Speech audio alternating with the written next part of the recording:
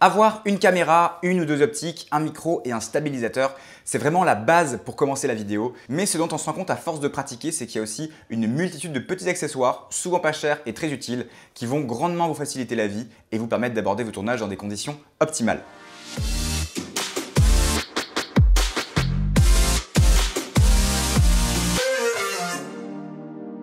La vidéo, c'est pas si compliqué, contrairement à ce que pensent beaucoup de débutants ou de photographes accomplis qui ont peur de s'y mettre.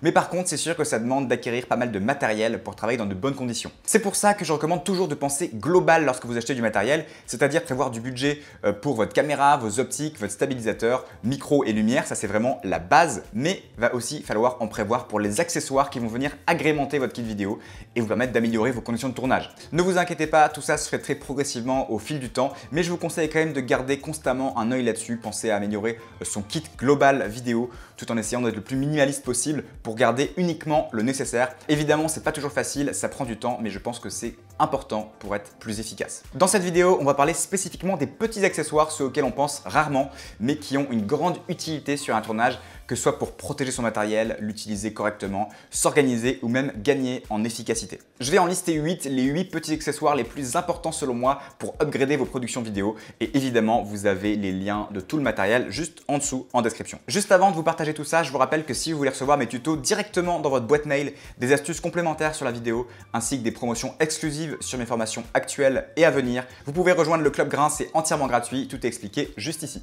C'est parti, on commence avec le premier accessoire, c'est une poche de protection pour votre matériel. Donc ça peut être une poche de protection pour votre caméra, pour vos optiques, pour stabilisateur. Et l'avantage, c'est que déjà évidemment ça protège votre matériel, mais surtout ça permet de ne pas utiliser de sac photo au quotidien. Moi j'ai un problème avec les sacs photos, c'est que si vous baladez avec un sac photo dans la rue, directement vous affichez que vous avez beaucoup de matériel sur vous, potentiellement des milliers d'euros de matériel sur vous, donc ça peut susciter facilement le vol. Alors que si vous baladez avec un sac à dos qui ne paie pas de mine et que vous mettez ces poches là de protection pour le transformer entre guillemets en sac photo, ça permet de passer un peu inaperçu et de transporter son matériel de façon plus sécuritaire. Donc c'est pour ça que je suis un adepte de ces poches.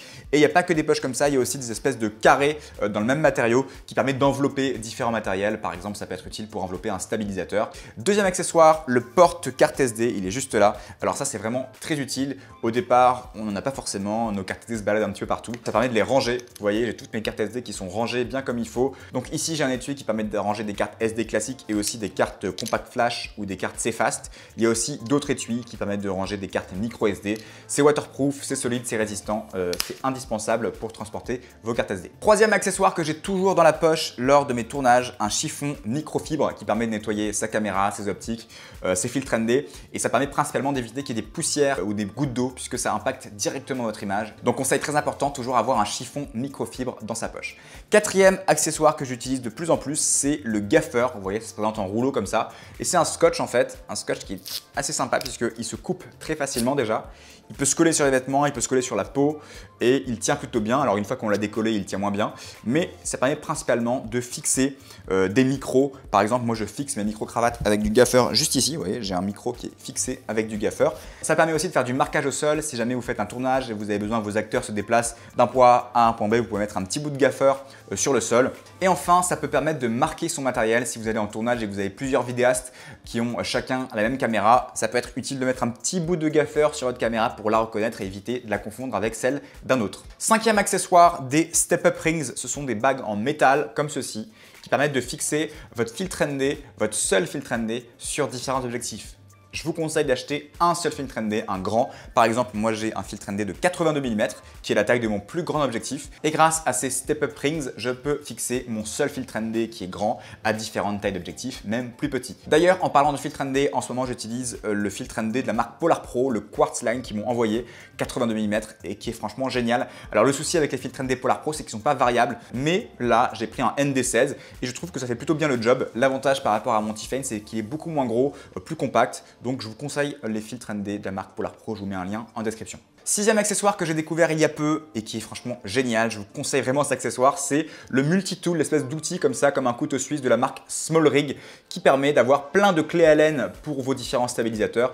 Vous savez, les stabilisateurs comme les Ronin demandent pas mal de clés Allen pour les modifier, donc ça c'est top. Mais ce qu'il y a de beaucoup plus génial, et c'est pour ça que je l'ai acheté, c'est cet outil, cette espèce de tige en métal plate qui permet de visser Vos plaques rapides, vous savez en général, on se retrouve toujours avec une pièce de monnaie qui est soit trop petite, soit trop grande, qui ne rentre pas dans la plaque rapide. Donc cet outil-là, rien que pour cet outil qui permet de visser vos plaques rapides, est indispensable selon moi. Septième accessoire particulièrement utile quand on est en voyage ou en déplacement, une batterie portable.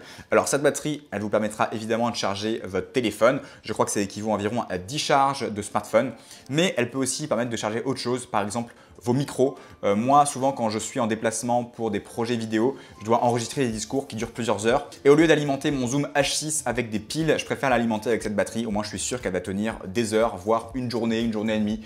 Donc ça, c'est vraiment indispensable aujourd'hui pour un vidéaste, une batterie portable. Et enfin, huitième et dernier accessoire que j'ai souvent oublié sur des tournages, et ça m'a joué des tours, c'est des écouteurs tout simplement pour pouvoir monitorer votre son. Si vous faites un tournage et vous faites une interview, parfois il y a des interférences, parfois le son grésille puisqu'il y a un faux contact. Donc il faut toujours, absolument toujours, je le répète, monitorer son son.